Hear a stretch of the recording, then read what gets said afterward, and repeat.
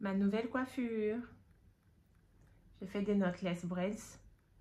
Comme vous savez, c'est cette technique de coiffage où on ne fait pas de nœud à la racine.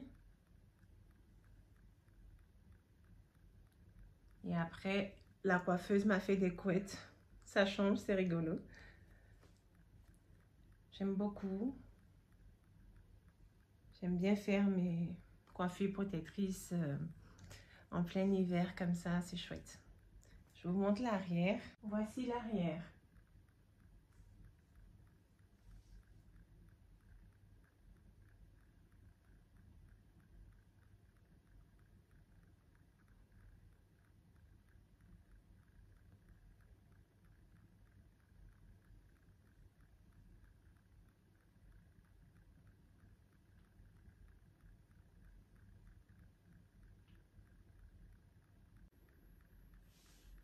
Coucou, bon retour sur ma chaîne.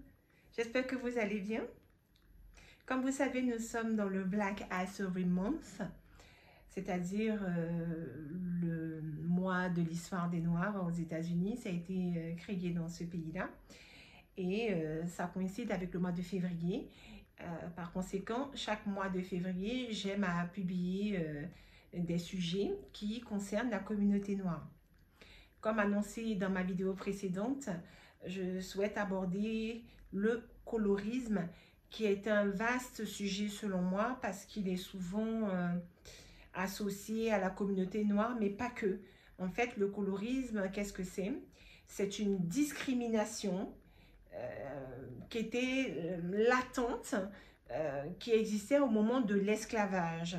C'est-à-dire qu'on hiérarchisait les gens par rapport à leur couleur de peau.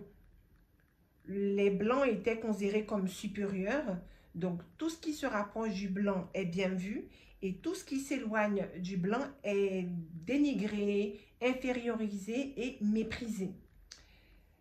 Et cette pratique-là, en fait, elle s'est mise en place non pas de façon institutionnelle, c'est-à-dire que ce n'était pas dans la loi, ce n'était pas quelque chose qui était de facto inscrit dans, si vous voulez, dans les règles du pays en tant que tel, mais ça faisait partie des mœurs de l'époque de l'esclavage.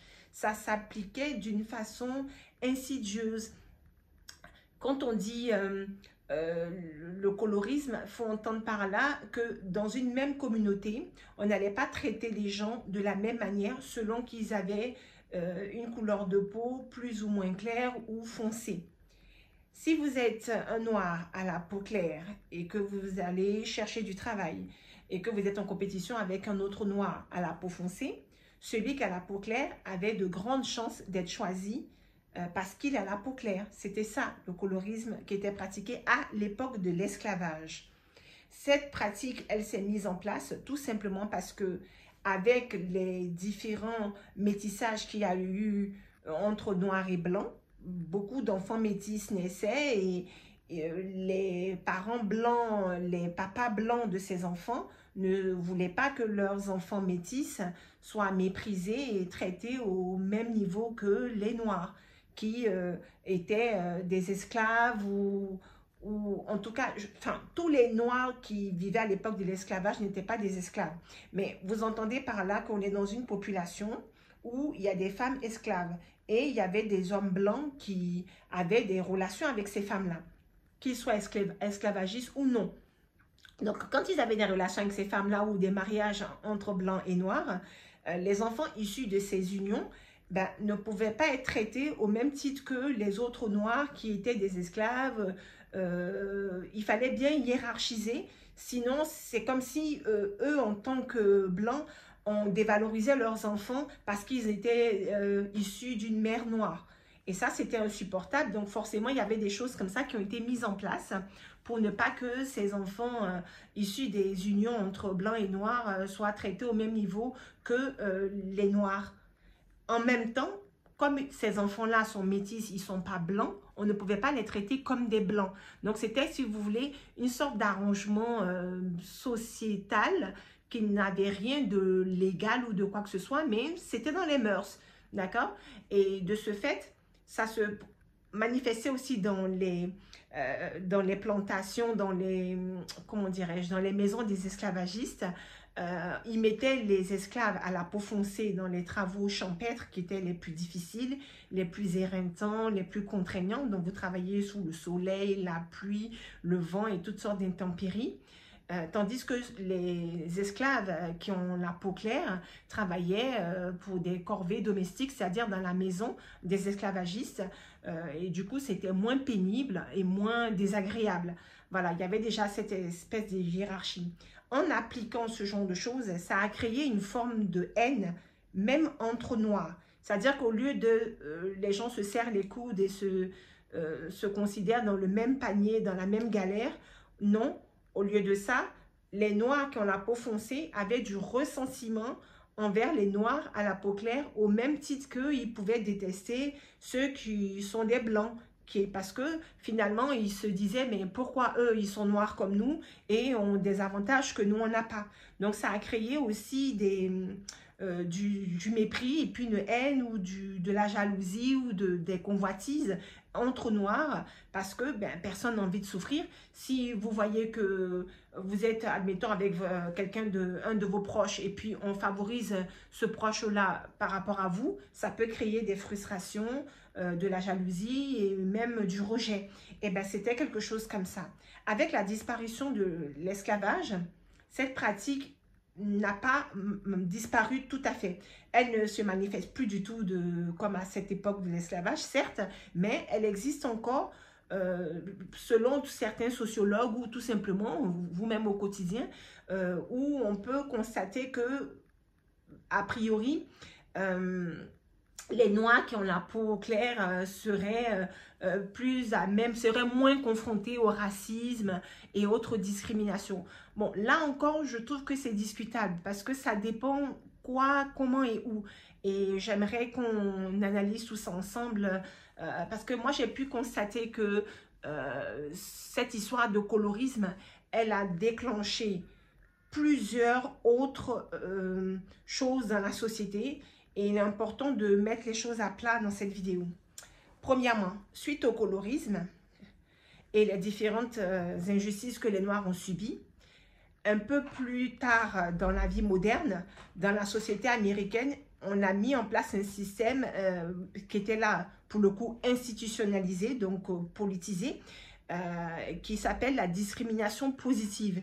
C'était pour essayer de rétablir un peu l'équilibre parce que les Blancs avaient tellement tous les pouvoirs, tous les privilèges au détriment des populations non blanches que ça en était devenu insupportable. Donc, à la fin de l'esclavage, à la fin de la ségrégation, comme je vous ai expliqué, il y a eu l'esclavage où là, les gens vraiment ne se mélangeaient pas. Il y a certains qui se considéraient supérieurs et d'autres qui étaient assujettis.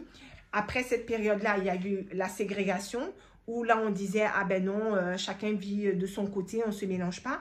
Forcément, quand vous mettez des gens en esclavage et qu'ensuite ils sont affranchis, ils n'ont pas spécialement envie de traîner avec vous après toutes les atrocités que vous les avez fait subir. Et de même, les esclavagistes ne voulaient absolument pas considérer leurs anciens esclaves comme des concitoyens à part entière. Donc, bref, la ségrégation, elle avait lieu pour diviser les populations. Après, quand ils se sont rendus compte que c'était ridicule et que ça ne fonctionnait pas et que, voilà, il y a un moment donné, quand tu fais des mauvaises choses, tu prends conscience, même si ça prend du temps, que ce que tu fais est mal. Et il y a des prises de conscience qui se mettent en place. Et ça a été aboli, la ségrégation. Et bien maintenant, pour essayer de, je ne vais pas dire compenser, mais pour apaiser, si vous voulez, les populations non blanches, donc ça ne concernait pas que les Noirs, hein, c'était toutes les autres populations, donc les Amérindiens par exemple, qui étaient aussi très discriminés. Voilà, donc pour compenser toutes ces injustices et rééquilibrer un peu la société et surtout apaiser les autres communautés, on a mis en place ce système de discrimination positive où il fallait montrer qu'il y a de la diversité, par exemple en entreprise. Donc, si vous êtes comment dirais-je, un responsable d'entreprise, vous devez recruter toutes sortes de personnes. On ne doit pas avoir que des blancs dans votre entreprise. On doit avoir des latinos, des noirs, des amérindiens. Voilà, c'était ça l'idée de la discrimination positive. Et par rapport à la communauté noire, on a pu observer que pour pouvoir bien montrer qu'ils étaient ouverts de travailler avec des Noirs et ils ne discriminaient pas les Noirs. En général, c'était les Noirs à la peau foncée qui étaient choisis. C'est-à-dire que là, dans la vie moderne, si vous êtes un Noir à la peau claire et que vous vous présentez pour un poste dans une entreprise qui veut montrer qu'elle respecte les quotas de diversité et que vous êtes en compétition avec un Noir à la peau foncée, c'est souvent le Noir à la peau foncée qui va être choisi parce que lui, il fait bien noir.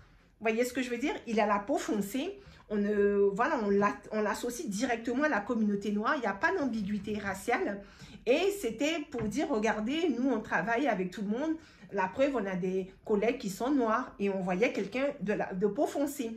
Alors que si vous avez la peau claire, on peut dire, ben, vous n'êtes pas assez noir pour représenter les noirs. Vous voyez ce que je veux dire? Vous n'êtes pas assez foncé pour que l'aspect de la diversité soit flagrant. Et même ici en France, ça se ressentait. Par exemple, la journaliste Christine Kelly, qui est d'origine guadeloupéenne, c'est une femme créole, elle a dit que dans certaines chaînes de télévision pour lesquelles elle avait postulé, on lui a expliqué qu'elle avait trop une allure métissée et qu'elle ne faisait pas assez noire. Donc, elle n'a pas été prise dans certaines chaînes de télévision parce qu'ils voulaient une femme noire qui ait la peau foncée, dont on se dit, oh, ok, elle est noire. Vous voyez ce que je veux dire?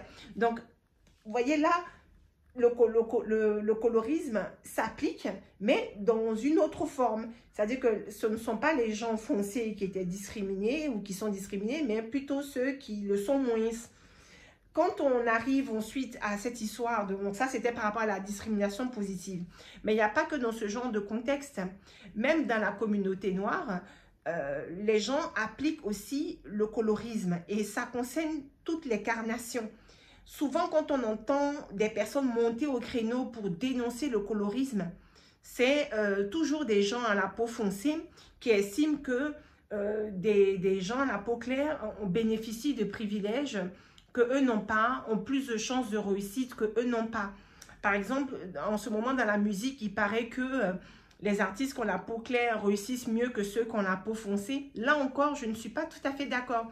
Pour moi, là, ce n'est pas dû au colorisme, mais pour moi, c'est dû à un effet de mode.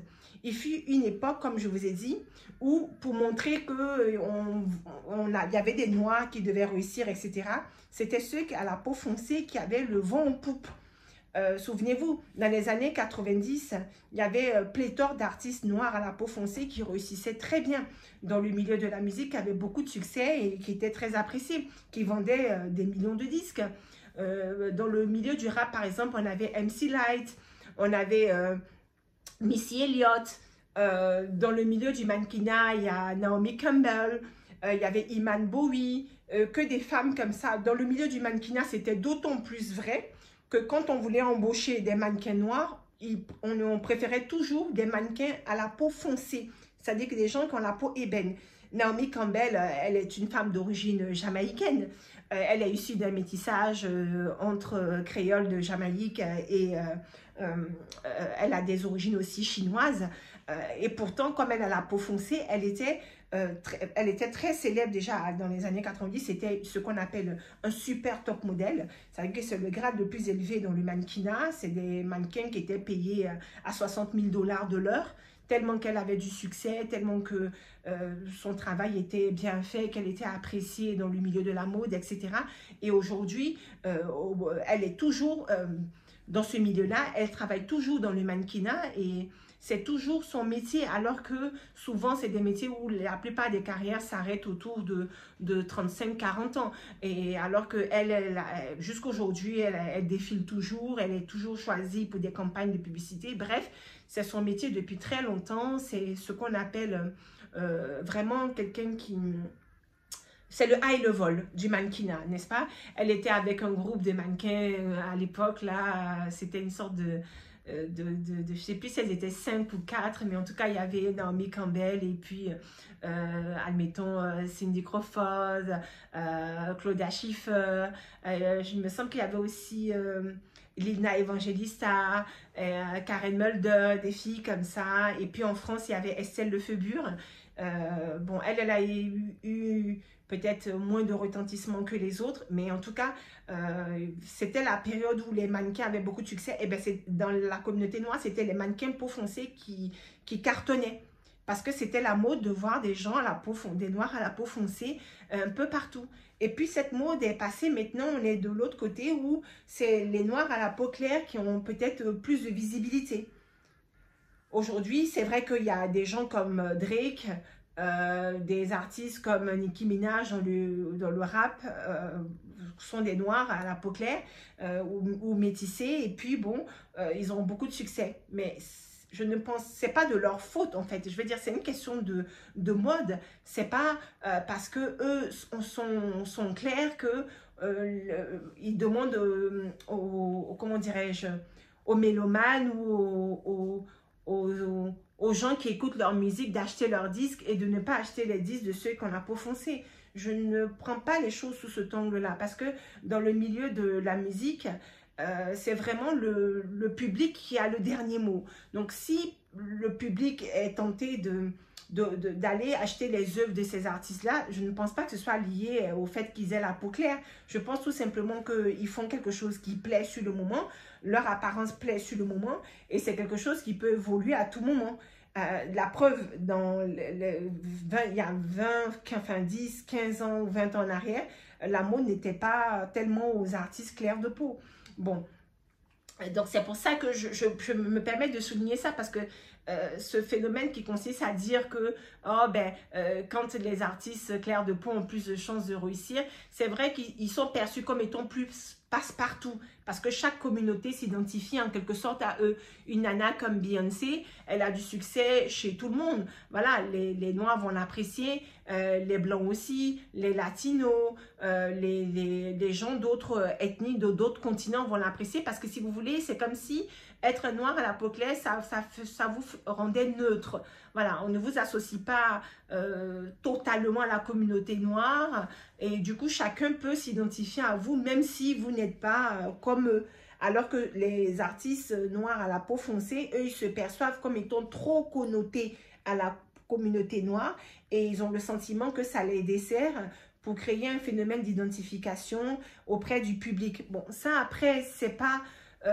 moi, ce qui me dérange dans cette narrative d'entendre, c'est comme si c'était de la faute des Noirs à la peau claire, si ceux à la peau foncée ont des difficultés dans la société. Ce n'est pas de la faute des gens clairs si les gens foncés souffrent ou sont malheureux dans la société. Voilà, c'est un système qui a été instauré malgré soi. Et bon, voilà, dans les sociétés occidentales, en tout cas, et des sociétés où il y a eu la colonisation par les Occidentaux, c'est comme ça que ça se représente. Mais ça ne s'arrête pas à ça. Dans les sociétés typiquement noires, il y a aussi du colorisme. Mais cette fois-ci, ce colorisme est à l'avantage des peaux foncées. Par exemple, dans les communautés noires, on a tendance à mépriser les gens qui ont la peau claire. Par exemple, aux Antilles, si vous avez la peau claire, on vous donne des noms comme Chabin. Par exemple, le terme Chabin. Bon, ça paraît comme ça anodin, mais ça ne l'est pas. C'est en quelque sorte une façon de dire quelqu'un qui a la peau claire. C'est quelqu'un, c'est un créole qui a la peau claire. Mais quand on veut appeler quelqu'un qui a la peau noire, il n'y a pas de nom ou de quelque chose de péjoratif pour qualifier les créoles à la peau foncée. Mais on qualifie le terme de chabin, qui normalement c'est un peu méprisant, tu vois, il y a une connotation de dire ben, t'es pas tout à fait comme nous, tu vois, il y a un peu de ce truc-là. Mais ça, c'est aussi du colorisme. C'est bizarre que quand les gens parlent du colorisme, on ne pointe pas du doigt toutes ces petites choses au quotidien. Là, pour le moment, je me concentre sur la communauté noire. Après, je vais étendre mon propos sur les autres ethnies. Donc là, je vais parler de l'affaire des surnoms. C'est un peu comme quand, dans les communautés blanches, on dit des gens, par exemple, blondasses, pour parler de quelqu'un qui a, vous voyez, le chabin, c'est un peu cette connotation-là. C'est-à-dire, tu es clair de peau, mais c'est dit avec une pointe de mépris. Voilà, c'est quelqu'un qui n'est pas vu de la même manière qu'un créole qui aurait la peau foncée. Ça, c'est un exemple parmi tant d'autres. Tout ça, pour moi, ça fait partie du colorisme. Donc, parler du colorisme et puis s'arrêter uniquement à l'aspect, comment dirais-je, professionnel, je trouve que ce n'est pas juste. Si on veut parler du colorisme, on en parle dans toute son ampleur. Et ça ne touche pas que l'aspect professionnel. Et ce ne sont pas que les personnes à la peau foncée qui subissent ce colorisme. Tout le monde, en quelque sorte, subit le colorisme selon où vous vous trouvez. Moi, j'ai pu constater que si vous êtes dans un groupe où il y a plus de gens foncés, eh bien, celui qui va avoir la peau claire va avoir de la discrimination, va être un peu méprisé. Ça, c'est clair et net. Et à l'inverse, peut-être que si vous êtes dans un groupe de personnes où, à la peau claire, celui qui va être le plus foncé pourra se sentir un peu mis à l'écart ou un peu discriminé par rapport aux autres. Donc, ce n'est pas tellement... il n'y a pas une règle précise qui dit, voilà, le colorisme, c'est un groupe qui va subir un autre groupe. Je parle du colorisme qui s'applique entre noirs. Je ne parle pas du colorisme que les esclavagistes ont implanté dans les mœurs de l'époque de l'esclavage. Le colorisme, il s'applique aussi entre noirs et c'est ce que je vous étaye depuis tout à l'heure. Donc, ce colorisme entre noirs, il ne concerne pas que, ce ne sont pas que les noirs à la peau foncée qui en sont victimes. Les noirs à la peau foncée, eux aussi, sont coloristes envers ceux qui ont la peau claire. Et à bien des égards. Mais par exemple, il y a comme une imagerie qui dit que les noirs à la peau foncée seraient plus performants dans certaines choses ou seraient mieux physiquement dans certains aspects. Il y a plein de choses comme ça. Là, bon, c'est pas je vais pas rentrer trop dans les détails de ce truc-là parce que la vidéo risque d'être trop longue.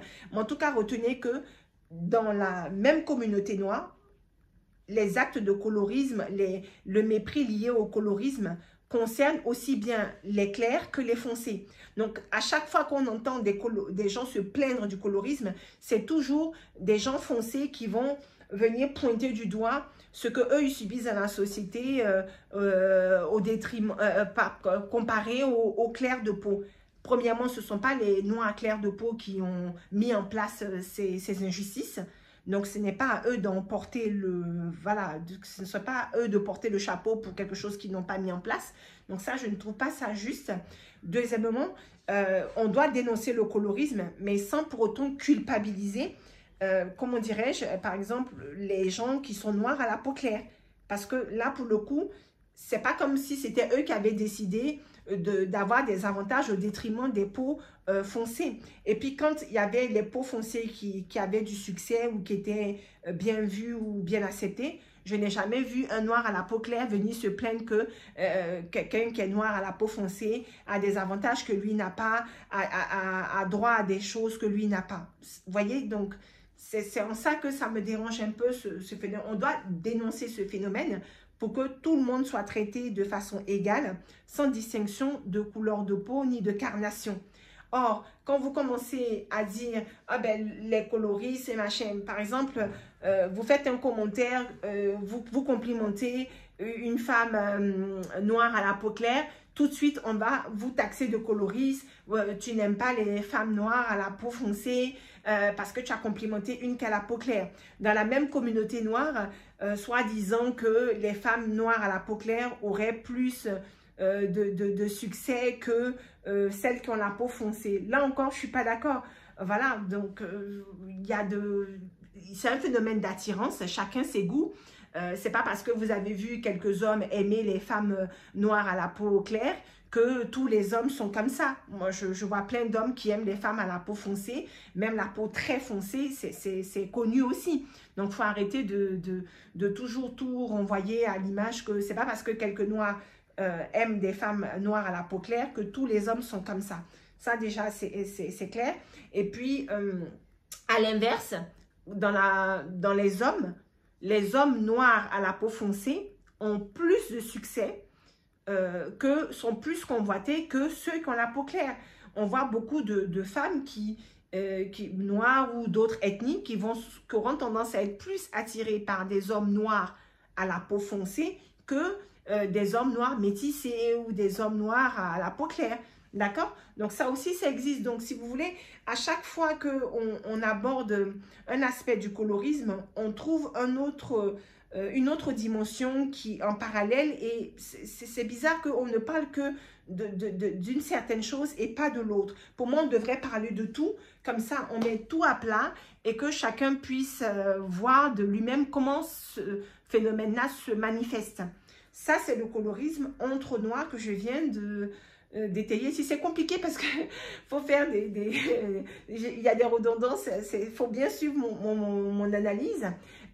C'est important parce que, par exemple, on parle du colorisme où quand on est, par exemple, dans les pays africains, dans certains pays africains, il y a un phénomène atroce qui existe, qui consiste à considérer que les gens qui sont albinos, donc les albinos, ce sont les gens qui ont une anomalie de la peau, ils ont une anomalie génétique qui fait que leur peau n'a pas de pigmentation.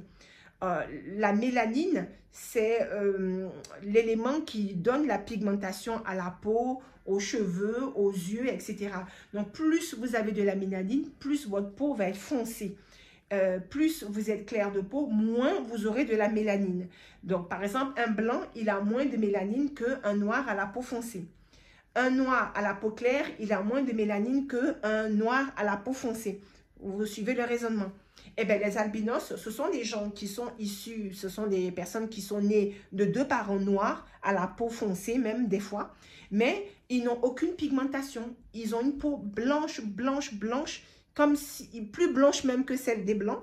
Voilà, ils n'ont vraiment pas de pigmentation. Ils n'ont pas leurs cheveux ne sont pas noirs, ils ne sont pas roux. Ils ont des cheveux qui sont comme blond platine en fait. Ils naissent avec une peau toute pâle, avec des cheveux blond platine au niveau de la couleur. Et ils ont souvent des yeux pareils, ils n'ont pas de pigmentation dans leur corps.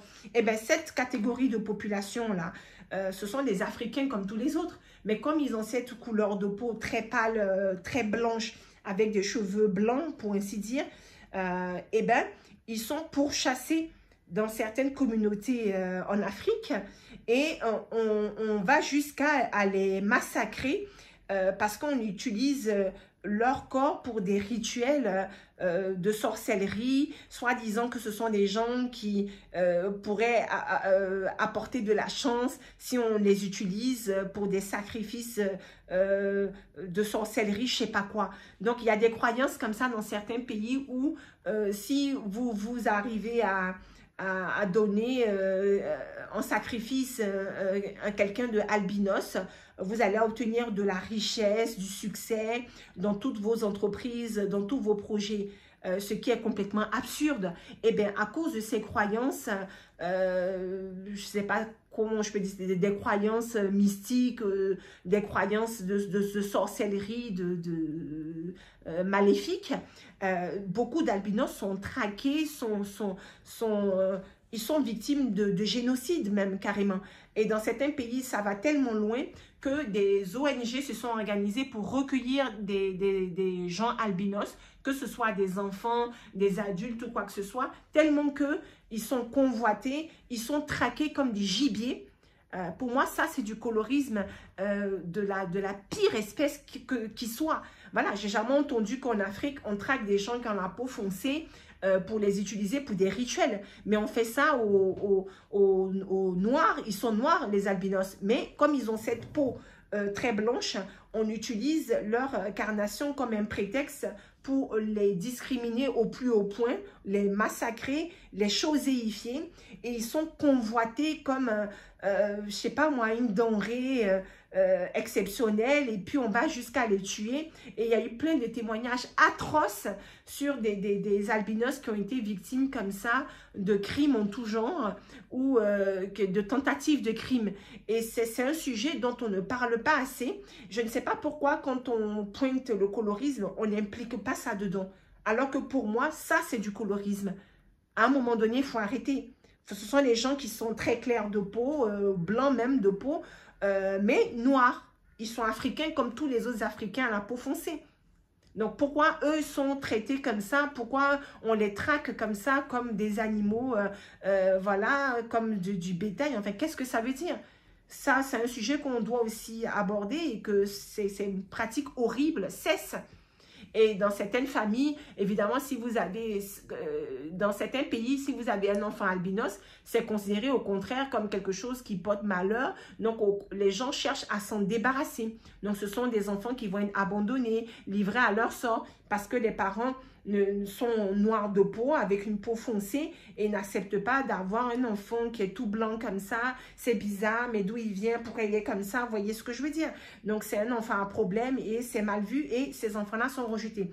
Donc, vous avez d'un cas des albinos qui vont être traqués parce que considérés comme des talismans. On en est à ça. Ils sont considérés comme des porte-bonheur. Voilà, ils disent qu'il faut posséder et puis qu'on va utiliser pour des rituels sataniques pour s'enrichir. Et dans l'autre cas, ils sont considérés comme étant, je sais pas moi, des oiseaux de mauvais augure, des gens bizarres qu'il faut fuir, il faut pas se mélanger à eux. Et au contraire, on les rejette pour ça. Si ça, c'est pas du colorisme, qu'on m'explique ce que c'est. Mais bizarrement, vous n'allez jamais entendre ces personnes-là qui aiment monter au créneau pour dénoncer le colorisme, aborder des sujets comme ça. Donc, moi, je me permets de le faire dans ma vidéo. Vous me direz votre avis dans les commentaires. Je le lirai avec plaisir pour que le débat continue.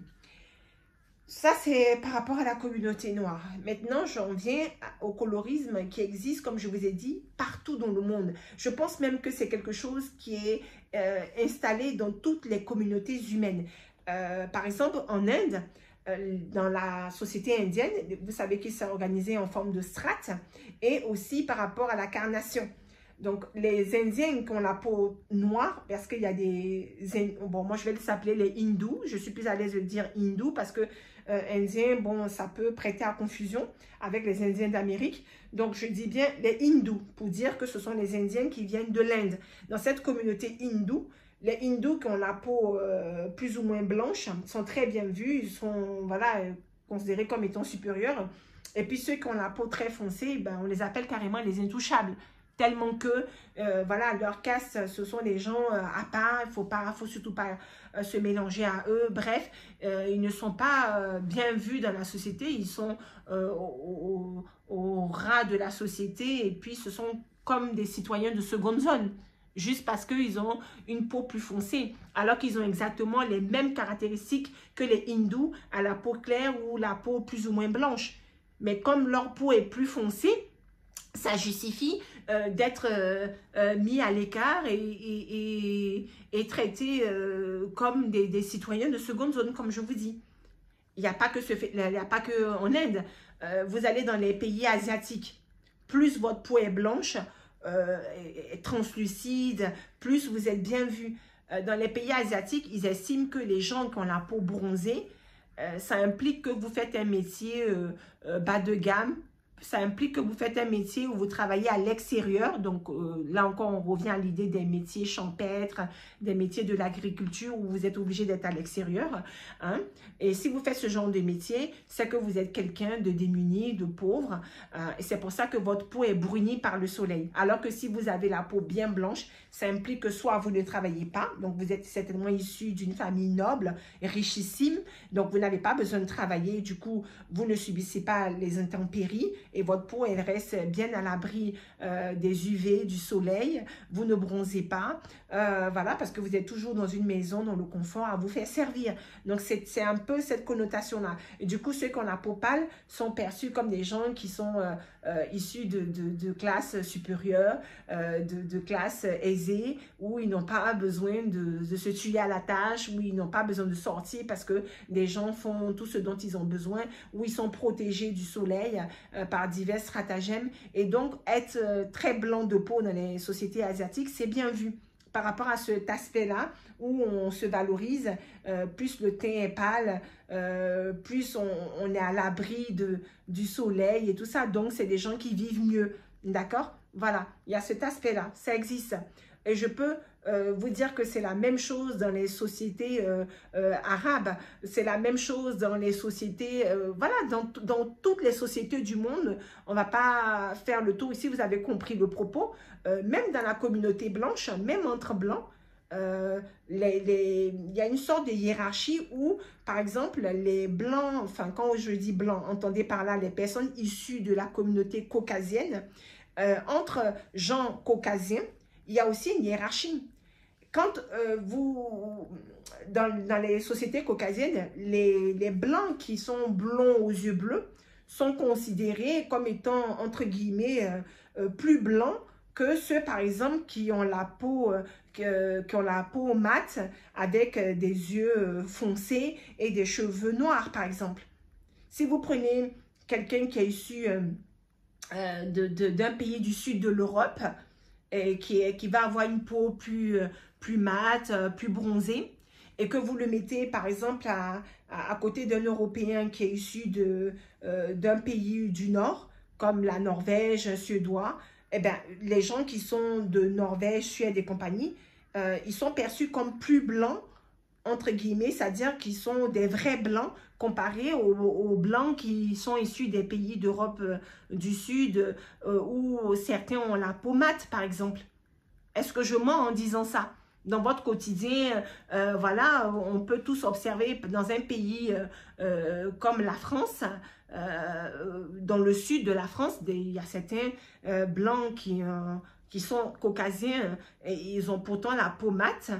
Ils n'ont pas, ils ne sont pas, ils se voient pas, ou du moins dans la société, on sent bien que ceux qui sont dans le nord, qui ont la peau peut-être plus pâle, se sentent plus blancs que eux, parce que souvent, on peut considérer qu'eux, ils sont peut-être mélangés avec d'autres ethnies, alors que ceux qui sont tout pâle de peau, blonds ou des roux, ceux qui ont les yeux bleus ou les yeux verts, sont perçus comme étant plus blancs que ceux qui ont des yeux noirs avec des cheveux noirs et la peau mate. Voilà, ça aussi, c'est du colorisme entre blancs. Donc, le colorisme, ça touche toutes les strates de la société et toutes les communautés, toutes les ethnies. Je vous ai étayé ici principalement le colorisme chez les Noirs parce que moi-même, je suis une femme noire et nous sommes dans le Black History Month et le sujet, c'était de pointer du doigt cette situation-là dans la communauté noire, voilà, qui était l'objet de la vidéo. Mais j'ai quand même extrapolé à d'autres situations et regardez autour de vous et réfléchissez même dans votre propre communauté. Vous allez me dire si c'est vrai ou si c'est faux. Voilà, à un moment donné, c'est quelque chose qui touche tout le monde. Dans toutes les sociétés, il y a toujours eu ces histoires vous êtes dans un groupe ethnique et puis on va privilégier certaines typologies par rapport à d'autres. Bon, là, ici, ça concerne la couleur de peau, mais il n'y a pas que ça.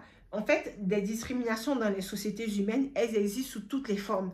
Quand ça prend ici l'idée de la couleur de peau, on dit colorisme, mais il n'y a pas que cet aspect-là. Parce que malheureusement, l'être humain, il a toujours besoin de maltraiter ce qui est différent, de rejeter ce qui est différent, etc. Malheureusement. Et ça fait beaucoup de souffrance. Donc, c'est des choses qui doivent s'arrêter. Les mentalités doivent évoluer. Qu'on s'accepte, qu'on se respecte tous autant qu'on est. Il n'y a personne ici qui est mieux que l'autre. Il n'y a personne qui est supérieur que l'autre. Chacun est comme il est et on doit surtout se respecter. Parce que quand on met cette dimension du respect vis-à-vis de son prochain, tout va bien. Si vous respectez quelqu'un, vous pouvez avoir toutes sortes de relations avec cette personne. Votre relation professionnelle va être harmonieuse. Votre relation familiale va être harmonieuse. Votre relation amoureuse va être au top. Votre relation amicale aussi. Mais quand on ne respecte pas les gens, ça ne fonctionne pas. Quelle que soit la relation que vous allez avoir, il y aura toujours du conflit, du ressentiment, de la violence et même pire. D'accord? Donc pour moi, pour que toutes ces discriminations, ces injustices et ces frustrations-là disparaissent de nos vies, il faut qu'on se respecte les uns les autres. C'est essentiel, c'est primordial. On dit souvent que, on doit admettons dans le milieu professionnel, vous devez vous respecter entre collègues. Mais si on appliquait cette notion de respect à toute notre vie, dans tous les moments de notre vie, envers notre prochain, vous allez voir comment la vie sera plus belle, plus agréable. Vous allez voir comment ça va mettre fin à toute cette violence. Ça va apporter la paix dans le monde. Et puis, toutes ces notions de racisme, de colorisme, de rejet de l'autre, de haine, disparaîtraient par la même occasion. Parce qu'à partir du moment où tu respectes ton prochain, tu ne le vois plus avec ses différences ou quoi. Tu vois juste quelqu'un qui est comme toi. Et puis, tu le mets au même pied d'égalité que toi. Point. Et il n'y aurait plus ces considérations multiples qui nous divisent en permanence et qui causent tellement de souffrance et qui ont causé tellement d'atrocités dans le monde et que malheureusement, ça perdure. Donc ça, c'est un sujet qui me tenait à cœur d'aborder. J'avais fait une ébauche déjà dans la vidéo concernant la mise au point de la photo de Beyoncé qui avait fait un scandale et que je souhaitais remettre les pendules à l'heure. J'ai un peu effleuré le sujet et ici, j'ai développé la chose parce que pour moi, c'est un sujet très important et ça fait longtemps que je souhaitais aborder ça et je pense l'avoir abordé vraiment dans son ensemble, contrairement à certains qui, quand ils veulent parler du colorisme, je trouve que c'est trop biaisé parce qu'on part déjà du principe que le colorisme, c'est une catégorie qui est victime et puis une catégorie qui est le bourreau, alors que c'est beaucoup plus complexe que ça. Dans une notion de colorisme, tout le monde peut être le bourreau de quelqu'un. Voilà, demain, si on vous dit que je sais pas moi, les personnes qui ont une robe, les personnes qui s'habillent en jaune doivent être discriminées. Si vous avez un vêtement jaune sur vous, vous allez être discriminé. Voilà, donc c'est aussi bête que ça. Demain, si on vous dit, ah ben non, maintenant, c'est plus les gens qui sont jaunes, c'est les gens qui sont bleus qu'on doit discriminer. Si vous avez des vêtements bleus sur vous, c'est vous qu'on va discriminer. Donc, tout le monde peut être à la fois victime et comment dirais-je, coloriste, c'est-à-dire quelqu'un qui va discriminer ou faire preuve d'injustice envers son prochain pour cette raison-là. C'est pas que, dans un sens, c'est beaucoup plus, comme j'ai dit, c'est quelque chose qui se met en place, qui est un peu sournois, qui concerne tout le monde. C'est pas une catégorie, comme j'ai dit, qui subit que du colorisme toute la journée et puis l'autre qui est à l'abri. Non, pour moi, toutes sortes de personnes peuvent être victimes de colorisme selon l'endroit où vous vivez, selon les mœurs et les coutumes de l'endroit où vous vivez, tout simplement. Donc, c'est aussi bête que ça. Tout le monde est concerné et c'est quelque chose qui doit attirer l'attention et la vigilance de tout le monde. Et c'est un combat que tout le monde devrait mener au même titre. Voilà, il n'y a pas de raison qu'on moque des personnes pour leur carnation et puis qu'on rejette d'autres pour la même raison. Chaque nuance de peau a sa beauté, a son charme.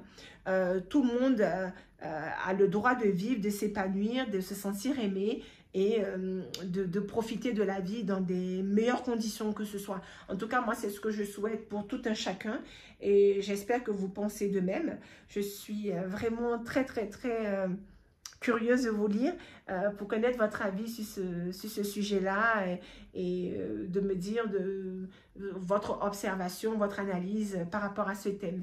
Très bien, je vous remercie de m'avoir suivi. La vidéo est encore longue parce qu'il y avait beaucoup à dire, hein, comme vous en doutez.